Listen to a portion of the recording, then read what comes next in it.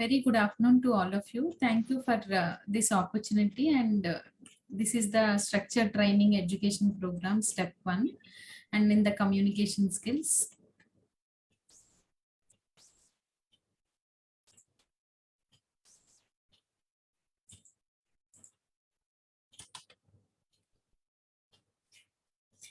As coming to the straight away the topic, I just wanted to give you a brief introduction about myself, as I am nursing superintendent from Apollo Hospitals, Jubilee Hills. I'm worked in graduated from CMC and presently working in Apollo Hospitals. So as you all know, communication is the main important topic for even for graduate and postgraduate, and communication includes both verbal and non-verbal. Under this, there are so many topics that we can cover. Before starting a topic, I just want to tell a small story that I'm sure most of would have been known this story. There was a beggar who was sitting with the board saying that I'm a beggar with the board. I cannot touch people's heart. So this is what I just written. I'm blind. And there is a different way of communicating. When he was put this poster, and there is not much attention paid by the people who are coming and interacting and going passing by, but the way he changed, the poster was changed. It is a spring and I'm blind. So I'm sure you all would have understood by now. So the way you communicate, in addition of few words, can make all the difference. This is what I just wanted to quote, starting with my communication important topic. Communication is all about, there is no doubt, the way how you communicate. The happiest people do not necessarily have the best things. They simply appreciate the things they have. So let us choose a simpler and smarter way, the way we live. Why communication is very, very important? Because I just wanted all of you to take a small exercise. If I ask you what you mean by effective communication, if you want me to tell in my way of telling, is effective communication is nothing but the other person should understand what exactly you're trying to communicate, whether it is verbal or non-verbal. So each one of you can take a minute and write what your own definition of effective communication.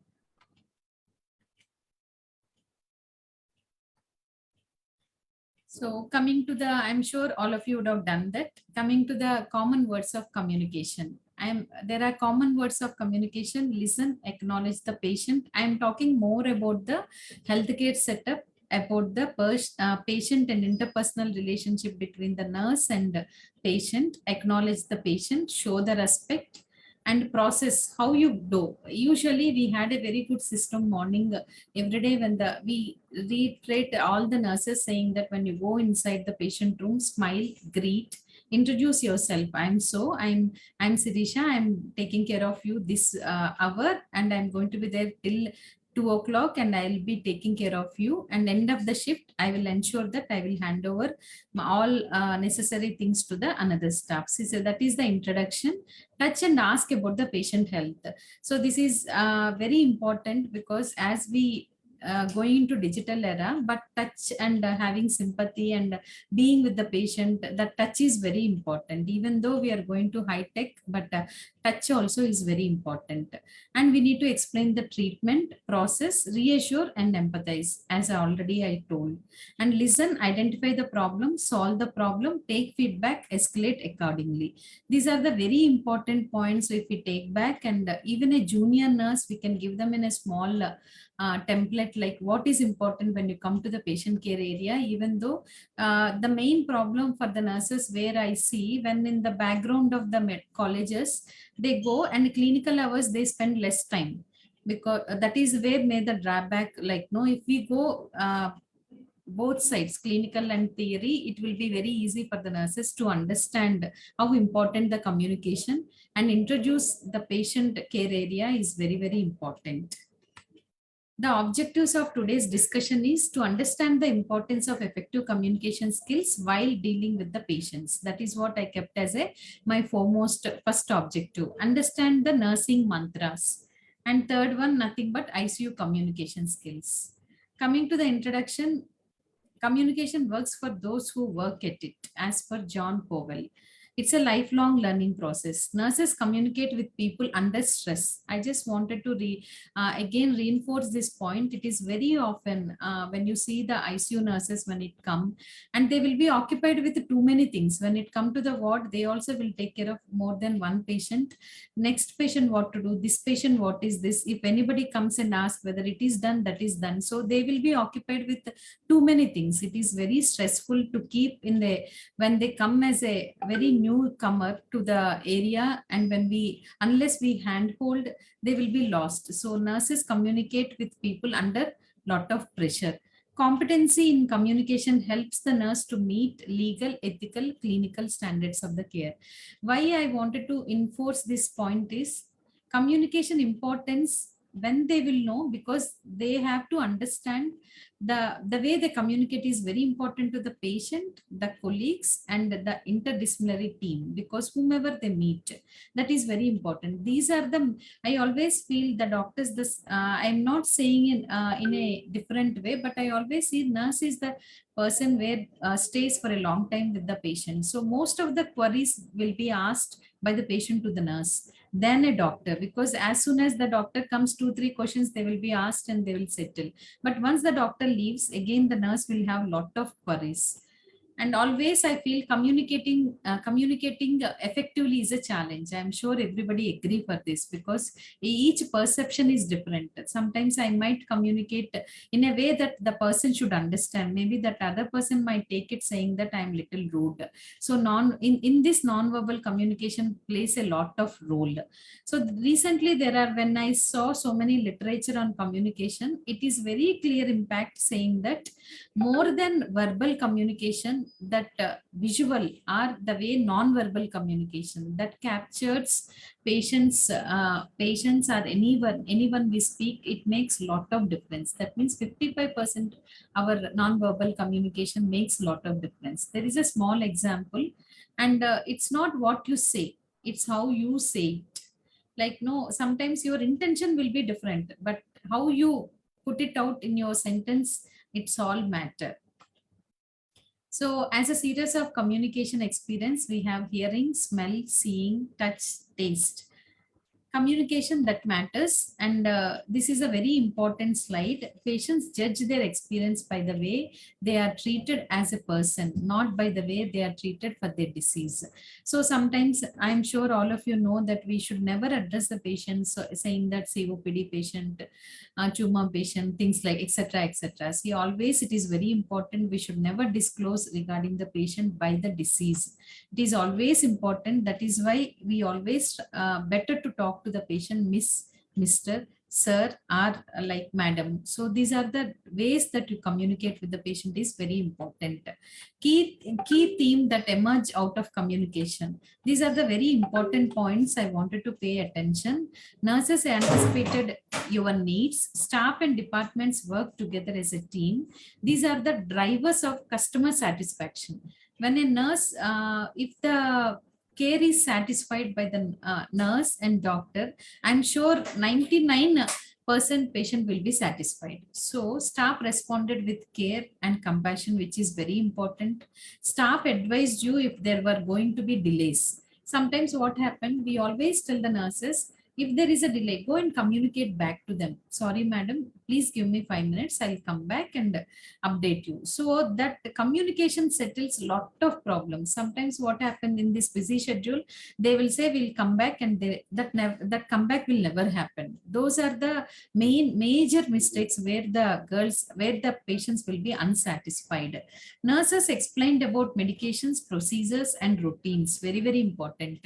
Each and every procedure that do for the patient, it is very important for the nurses to explain, saying that these are the medications, and this will take this much time, this is the action, things like that. Nurses responded promptly to pain management. And when you ask in ICU, when you ask in ward, as you know, ICUs, most of the patients are not conscious on ventilator, and some of the patients are conscious. And I always tell ICU nurses to be very careful the way conscious patients will observe everything, because, and patients who are conscious, they will see sometimes the nurses, they talk from this corridor to that corridor. So these all, it will disturb them. And in ICU, it is very stressful, as I rightly said, because of alarms, because of many things. Patients may not be able to sleep properly, things like that. Nurses responded in a reasonable amount of time. This is a very good patient satisfaction, even though if there is a delay, even though there is a huddle. But if the staff goes back and tell to the patient, saying that the 5 minutes gap, I have done this, that is, I came back, this is the solution. That gives lot of satisfaction to the patient. There are four important elements which helps in effective communication. First is verbal content, what you say. That is, in that, very important is communication is the objective. Actual message what you want to convey to the patient or your team. Structure of response. This is very important. It's if you say, if you have a pain, for example, if you want me to tell one example, suppose a patient is saying pain. Already you have given painkillers, still the patient is having pain. The way you respond, I'm sorry, sir, I'm still you're having pain. Let me again talk to the doctor and give any other measure that I can do. That makes lot of difference than saying that now only I've given injection, again you're having pain. So there is a different tone, there is a different way how you communicate to the customer. Second is delivery with compassion. That's what exactly I was trying to tell, the tone. Always it is important the way how you speak. Your tone shows whether you are trying to tell them in a passive way or you're trying to tell them in a rude way.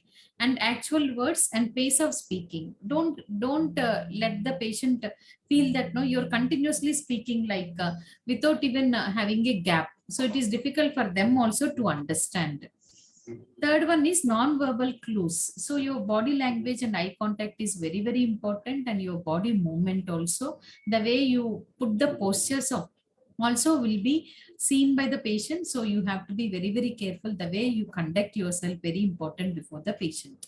Active listening. This is the very important the word what I why I'm saying is, most of the time we try to answer than listening. Before the patient asks again something, again you will have ready-made answer. We will have a ready-made answer, which is not correct. At times, no, patients like us to listen to them, so that most of the time if you listen, they, if you spend time, I'm sure they will be more happier than you do so much of work. And while speaking, these are the things what do's and don'ts.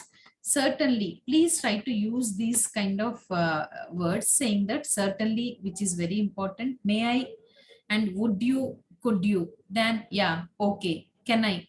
Then do not use is very, very important. Yeah, okay. These kind of conversations maybe patient may not appreciate.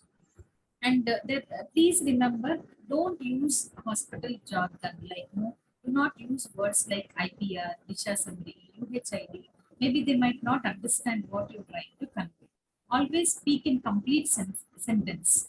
May I know your name, please, sir, madam? Not directly asking, please tell your name, something like that. Ask patient if they need help or assistance. So you can ask them saying that, may I assist you, Mr. Mrs. So these are very, very important. What would be to create this experience? Like you wanted to create that wow experience, there are three important components.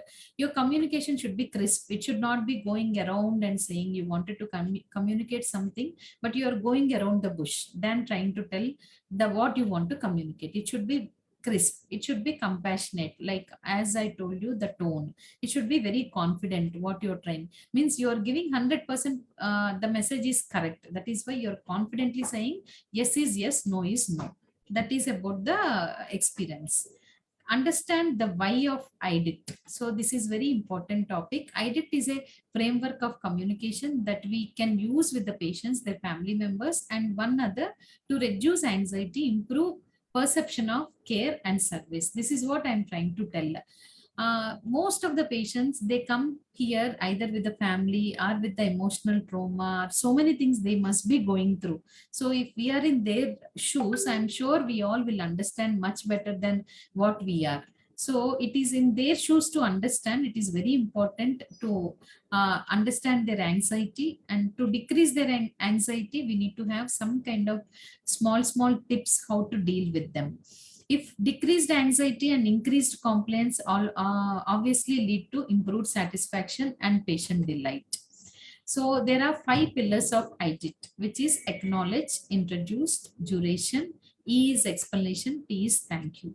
As I rightly said, A and I, acknowledge and introduction itself, most of the patients feel they are respected and we are more courteous to the patients. If you acknowledge them as a patient, sir, madam, if you introduce them, sir, I'm going to take care, things like that. So that will help them to cover most of the they come out with little happiness. Then coming to duration and E, explanation. These two are far most important, because you need to suppose a patient example I want to give. A patient posted for ultrasound from the ward. So patient will have so many queries. A doctor will write tomorrow, please send the patient for ultrasound. But what to be done? How long the ultrasound will be there, and what all precautions to be taken? All that explanation need to be given by the nurse. So it is very important to tell the patient, give the explanation about the procedure, how long it takes, also very important. And coming to the ICU, which is our ward, which is very important hand of communication. These are whatever I spoke. This is previous slides all about the communication in general. Second thing, coming to the hospital setting. Third one, in particular, handoff in the hospital system, which is first is SBAR and ticket to ride, what we use here, in-house transfer form. So SBAR is nothing but, I'm sure all of you know about what is the situation from one nurse to nurse handover, what is the background, assessment, recommendation.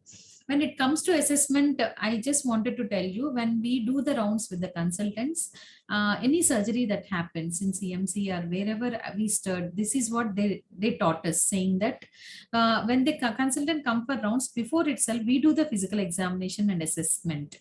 Suppose abdominal surgery, and we make sure that auscultate and see bowel sounds are there.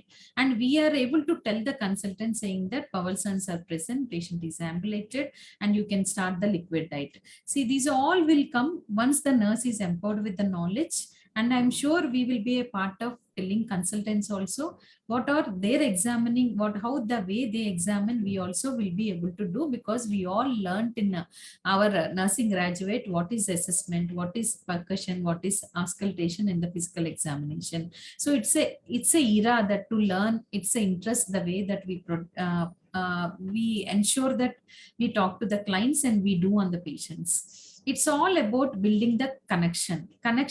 I just wanted to tell you, if your communication builds the connection, that connection builds the trust. I'm sure you agree, all of you agree for this.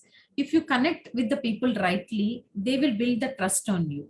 The trust builds patient compliance. See, if the patient feels that this nurse is coming, giving introduction and telling, explaining everything, and 100% that patient will feel that the way the nurse is treating is well. So that gives the patient satisfaction. That patient satisfaction builds better health for our patients, which is very important. We all here in the healthcare system not to do anything than satisfying patients, because when the patient is coming, I always feel hospital is a place where it is hospice, where the patient is coming for the shelter. That means we as a team, we all have to work together and to take care of the patient. Coming to the breaking bad news, I just wanted to give the couple of examples and couple of things like this. There is one example. It is in our own personal life. As I was 6 days baby after born, before coming to my own mother. So the patient, she is struggling with severe headache, things like that. When I was after I born 6 days baby, and sixth day she's continuously having severe headache. Maybe she's going into the PE or whatever it is after LSCS. And the way they communicated, the doctor communicated to the nurse just to give a painkiller, this sedation, because she's almost going to leave, means she's almost going to die. So the communication, the way they both used, being a grandparents, they don't know in English if they speak something like no, give a drug means they know only to give the drug. So it's very hard the way other person take it, because the most of the patients coming to the community setup or government setup, other healthcare setup, they might not know the language, they might not know the drug actions, things like that. So they just given the drug, and within few hours she passed away. So the way how we break the bad news, like no, even though she's sick and she's not going to make it up, we cannot talk in between a group of people saying that just like that she's not going to know, anyway she's going to die, things like that. We should never use the words like that. And sometimes if the condition is very sick and you wanted to tell them, there is a way of doing, breaking the bad news. Breaking the bad news to relatives is often particularly stressful. This is in a positive side, I'm saying. You put doctor and nurse put 100% effort to save the patient sometimes, but still you are not able to save the patient. So it is, even we go through saying that each and every day your ventilator, your ABG, your improvement, the way patient is improving, suddenly if the patient collapse, it is difficult first of all for you to digest, thinking that almost going to make up the patient again, we are not able to bring up the patient. So these are very very crucial points where we need to understand. We need to understand, first we need to come out saying that we have done our best, and but how to break this bad news to the patient and family. But it is a common occurrence for the intensive care physician when the situation become hopeless. This is what I'm trying to say. This hopeless in the sense like we also involve in the care. The more we involve, the more we feel hopeless and emotional, thinking that saying that we have done this but still we could not make it.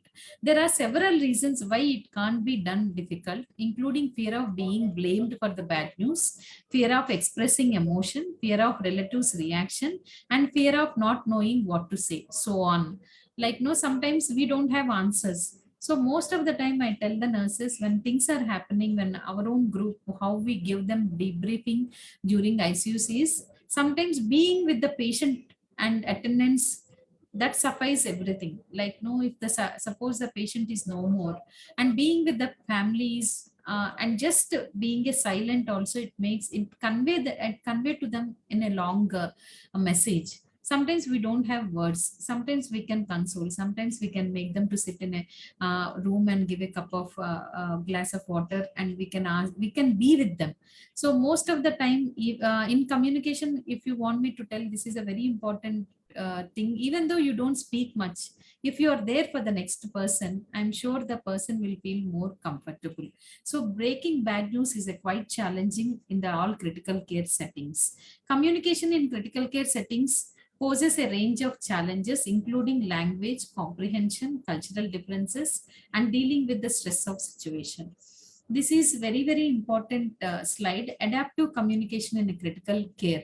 So you all know in the critical care, we have a interdisciplinary team, doctor, nurse, and social worker, dietitian, everybody. So it is interprofessional, where directive when leading during crisis and understanding during discussions. Sometimes what happened in the morning rounds, we know what is the condition, and these are all, the nurse plays very important role, standing in the middle of the discussion in the family, because family counseling also nurses will attend, and with the patient, attendant, and family members. Sometimes what happened, it is difficult to explain to one attendant also, but it is at times, no, we need to be more patient enough to understand what kind of situation they are, and when they're asking lot of questions.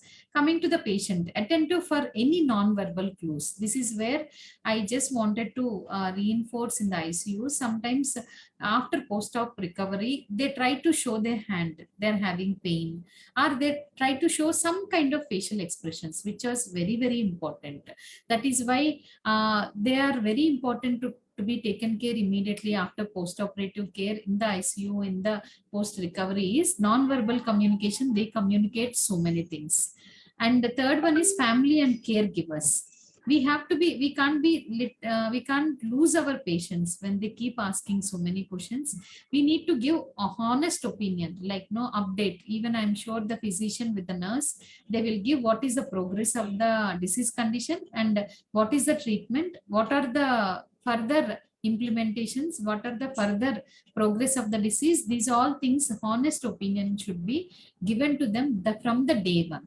Compassionate when discussing with the withdrawal of the treatment. As you all know, now the end of life care or comfort care, when we come to that area also, we should know how to speak to them. It's not that, like no, this is, as we all know, it is crucial part where the attendant and patient, when they're taking decision, we have to involve with them more and ensure that these aspects are taken care. As I rightly discussed, problems in ICU communication is patient and patient family anxiety. Sometimes you must be telling, explaining, but still they will be in some kind of trance, like no, they won't, they will listen halfway, they will listen here, halfway they might not, because of their mental stability, because they must be thinking the ICU bill, they must be thinking at home, they maybe somebody else is there to take, somebody should be taken care. These all will make them to may not be able to concentrate. What I'm trying to say is, you might be telling, but still they might not be able to concentrate. So it is for us very important to take time and explain to them in very very with the so much of confidence and with much patience. Unfamiliar surroundings, it is very important when the hospital patient is coming to the ward. It takes time the patient to understand the ward situation and the people they are meeting, everything. Then coming to the, if suppose patient after surgery going to the OT, I still remember when I'm in Chennai Apollo, when I had years back, when I was doing 10th standard, when I had open heart surgery, I still remember the nurse who had taken wheeled in inside the OT. She's been speaking to me saying that, how are you, what is your ambition? See, completely she's diverting my mind, because I'm so anxious, surgery, open heart surgery, things like that. But she was just telling, what is your name, and you wanted to become, what is in your life, things like that. So it is very important, like no, making them to feel that we are in the safe hands. And severity of illness and loss of routine. So whatever they do regular, going, getting up, doing exercise things, they're breaking up all these things, and they are now depending on us. And when you see, most of the times, either in wards or any area, patients want to be independent, whether you observe or not.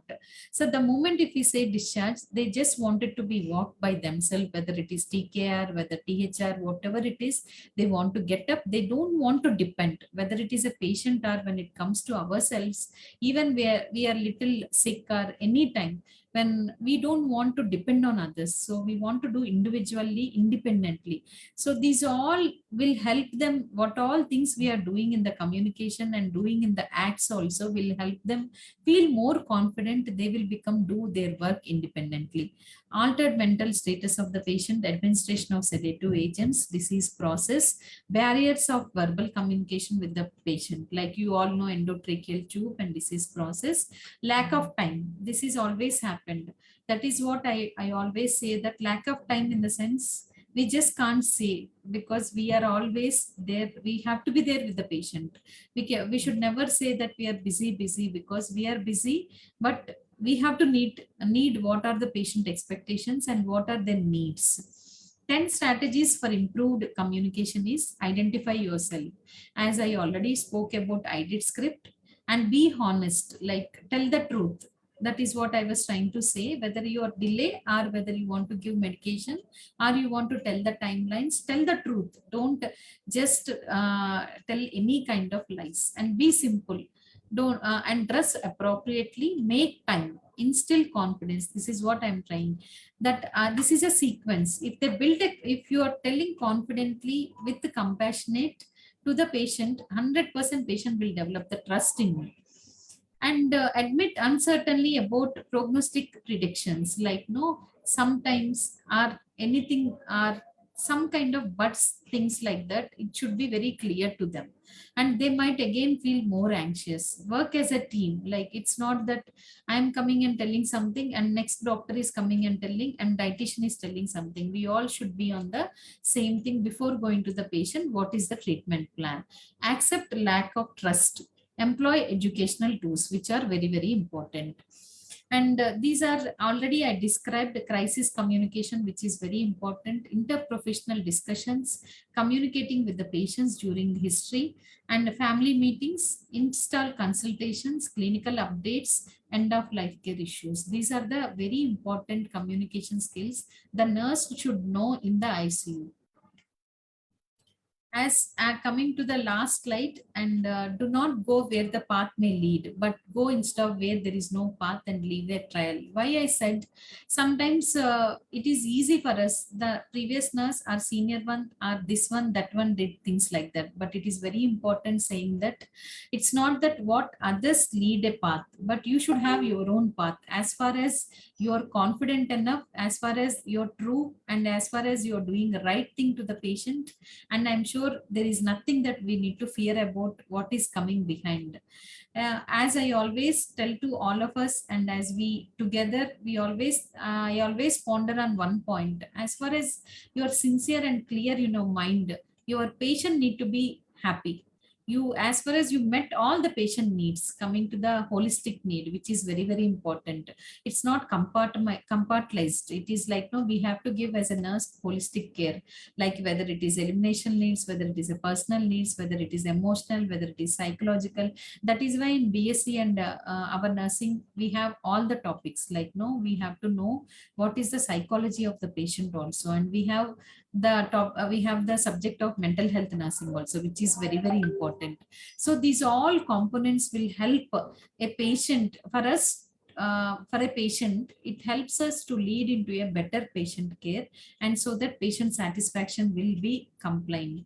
And the second point I just wanted to leave, coming to the ICUs, literally I wanted to give you, and three or four important point is, and don't think patients don't understand, and don't speak anything in front of the patient care area negatively.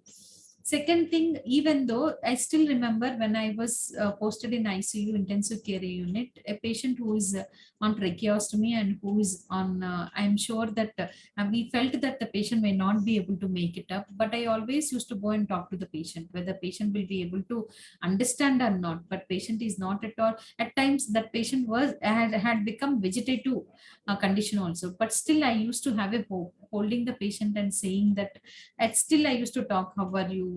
You feeling better? What can I do for you? Things like that. Even though that time it is difficult for us to talk in Tamil, their own language, we used to learn few words saying that, which helps us to talk to the patients. And third one is the care is very, very important. You have monitors nowadays for everything. Now we are going into the enhanced digital critical care, but still the touch is very important. So there is a difference between how much ever you check, you do all the things, you go up, you go flying colors, like, no, going beyond our era, but still the spending time with the patient and touching the patient and doing the, and being with the patient, these three things will give them more recovery, which help the more recovery fast than anything else. They will. And last one is alarms. In the ICUs, most of the patients will be putting on monitors and alarms, and you need to be very, very careful, like, no, to make sure that to attend alarms, because sometimes after their when they're recovering period, they might want to sleep, or they can't sleep because of so much of noise also will make them to feel little more sick, and it will take time for the speedy recovery. So, is there any queries? This is all about the communication. I am sure today, tomorrow, don't lose hope. You never know what tomorrow will bring. So, this is what I always remember, and I always feel that whatever it is today, tomorrow is the better tomorrow, and we need to understand whatever the learnings for today and tomorrow. So the communication, again, I started with communication is lifetime learning process. I will end up with the same thing. It is a lifetime learning process. So unless we learn every day how to communicate, sometimes the way there is, as a nurse, it is difficult for us to coordinate with various people and various pressure, but still communication is very, very important. There is no way we can say that we are busy, we are occupied. The way we spoke, intention will be different, but still these are the basic tips. Like, no, if we follow these tips, I'm sure we can do the better satisfaction of the patient and we can achieve more patient happiness. Thank you, Sireesha garu. It was a very good and excellent slides by you, and it is, I can understand, it is a very difficult topic to explain because we don't have any ready reference for it. But you have made your points clear, and it is very easily understandable to all of us. And right now there are no questions in the chat box, so we'll go ahead with the like our MCQ questions. 1 minute, I'll be sharing my screen. Should I stop sharing? Yeah, please.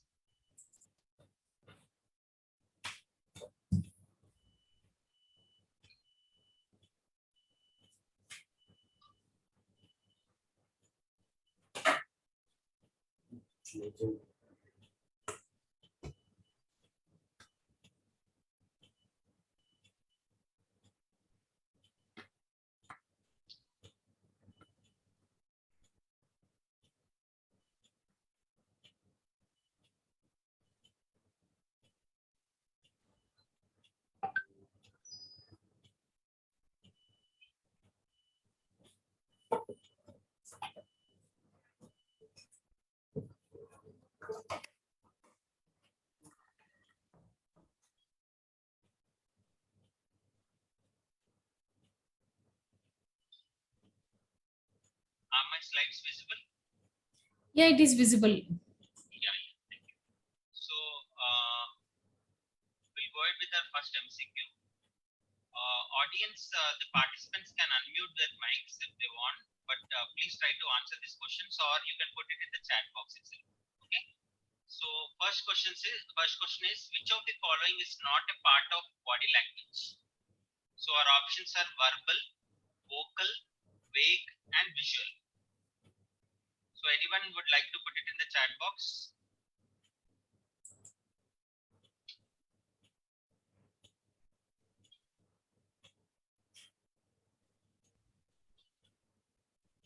So as discussed in the previous slides, there are different methods of expressing the body language. The first one is verbal. The second one is vocal, and the third one is visual. So the vague is not answered. One of them has answered it. So coming to the second question. Are my slides visible? Now, no.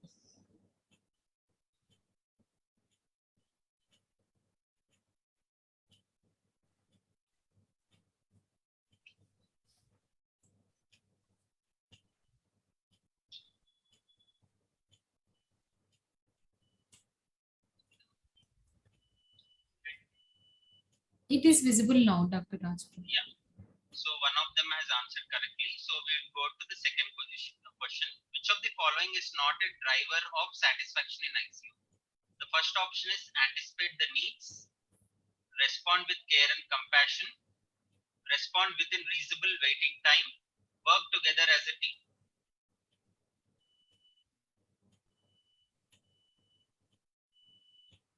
Waiting for the answer. The previous question was answered by Ruth Lal.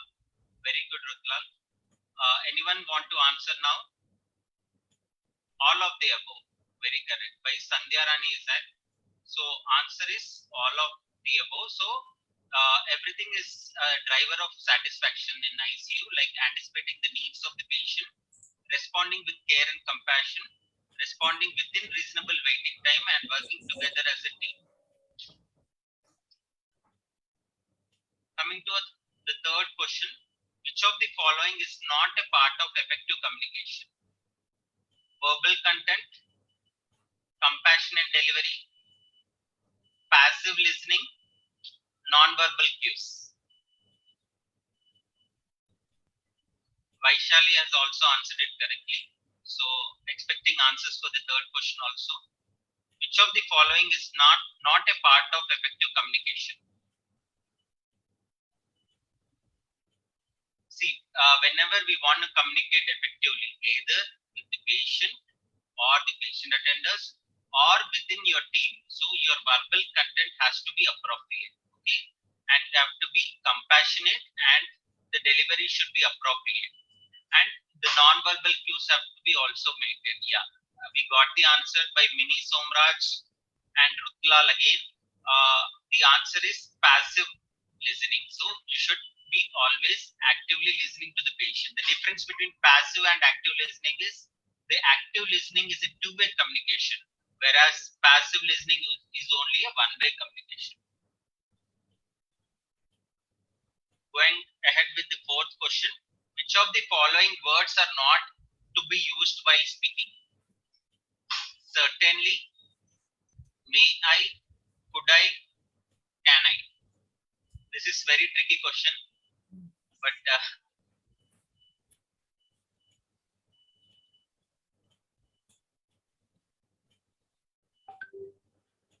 which of the following words are not to be used?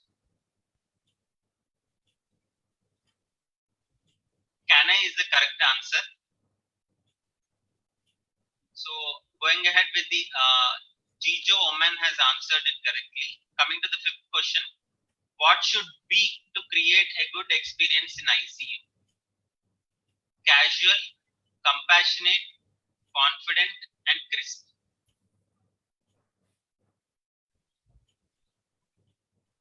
Casual, compassionate, confident, and crisp.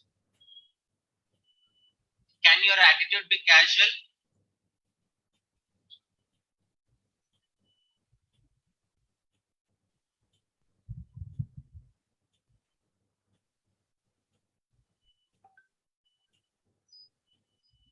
Yes. So the correct answer is except for casual, you should be like compassionate, confident, and crisp in your answering. Very good answers. It is a multiple choice question. Which of the following is misfit in AIDET? Okay. As explained in the previous slides by Sireesha garu, AIDET. What is AIDET? And what is which of the following is misfit in this? Very good to see by active participation, like by many of them, like Rutlal, Purnita, Jubi, Vanita, Vaishali, and Jijo. Yes.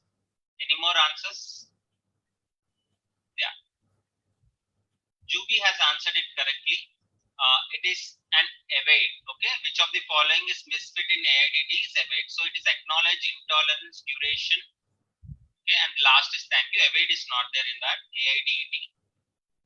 And one of the easiest question probably, which of the following is not a part of SBAR? I'm expecting many answers from the attendees. Which of the following is not a part of SBAR? Oh my God, many answers. Starting from Zubi, Zizo, Nitin, Ramani, Vanita, and Mini. Very good, very good. So what is B for? I'm expecting the answer for B in chat box. No, it's not bed rest, but what is the correct B? Very good, very good. Background, yes. Background, yes. Kala, Manoj, Jubi, and Mini answered it correctly again. So B stands for background.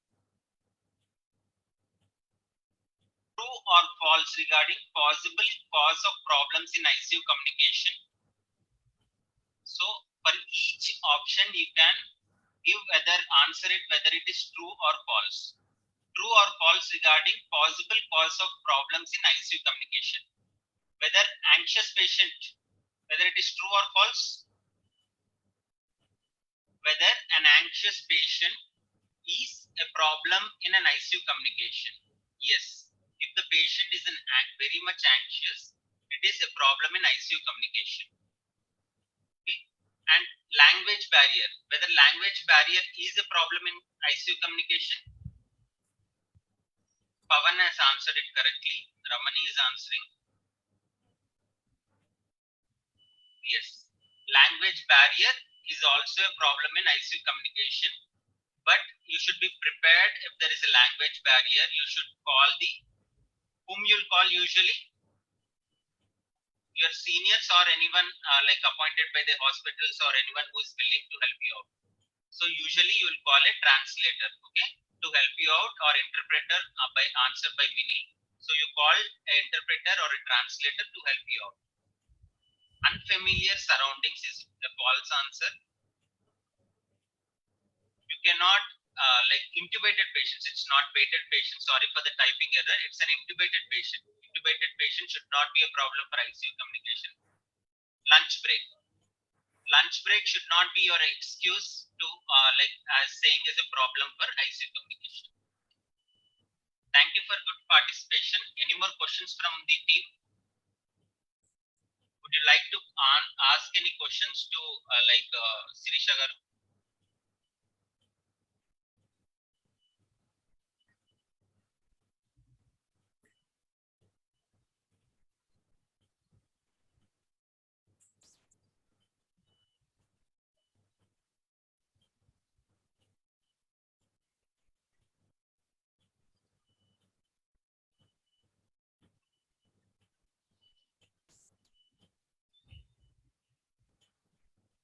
Mr. Dhaval, are you around?